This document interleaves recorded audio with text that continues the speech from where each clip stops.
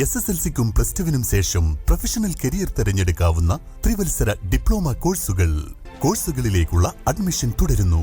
Orphanage polytechnic college Edavanna.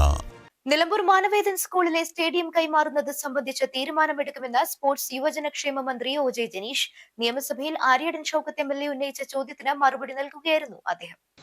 Shri Aryadan Shoukath. Sir, ഈ sports Kerala foundation നടത്തുന്ന ഈ പദ്ധതിയുടെ ഇംപ്ലിമെന്റേഷൻ നടത്തുന്ന കിറ്റ്കോയാണ്. പക്ഷെ പലപ്പോഴും ഈ രണ്ട് സ്ഥാപ് തമ്മിൽ യാതൊരു കോർഡിനേഷനും ഇല്ലാത്ത രൂപത്തിലാണ്.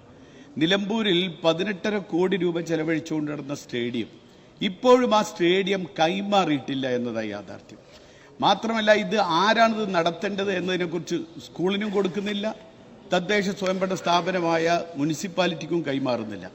ഈ കാര്യത്തിൽ കൃത്യമായി മെയിൻ്റനൻസ് നടത്താൻ കഴിയുന്ന ഒന്നുകിൽ സ്കൂൾ നടത്തുക, അതല്ലെങ്കിൽ മുനിസിപ്പാലിറ്റി നടത്തുക. ഇതിൽ കൃത്യമായൊരു തീരുമാനമില്ലെങ്കിൽ ആ സ്റ്റേഡിയം നശിച്ചു പോകുന്ന ഒരവസ്ഥാവിശേഷമുണ്ട്. അത് കൈമാറാനുള്ള നടപടി കൂടി സ്വീകരിക്കണമെന്ന് ആവശ്യപ്പെടുകയാണ്. മിനിസ്റ്റർ.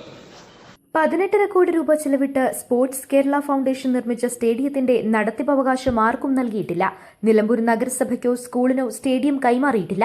അറ്റകുറ്റപ്പണികളടക്കം നടത്തി പരിപാലിച്ചില്ലെങ്കിൽ സ്റ്റേഡിയം നശിച്ചു പോകാനിടയുണ്ട്. അതിനാൽ സ്റ്റേഡിയത്തിന്റെ പരിപാലനവും നടത്തിപ്പും കൈമാറാൻ നടപടിയെടുക്കണമെന്നും ആര്യാടൻ ഷൗക്കത്ത് ആവശ്യപ്പെട്ടു. ഇക്കാര്യം പ്രത്യേകമായി പരിശോധിച്ച് ബന്ധപ്പെട്ടവരുടെ യോഗം ചേർന്ന് തീരുമാനമെടുക്കുമെന്ന് സ്പോർട്സ് യുവജനക്ഷേമ മന്ത്രി OJ ജനീഷ് മറുപടി നൽകി. News bureau, Nilambur. സ്വന്തം ഹൈസ്പീഡ് ഇന്റർനെറ്റ്, നമ്മുടെ സ്വന്തം ഇന്റർനെറ്റ്.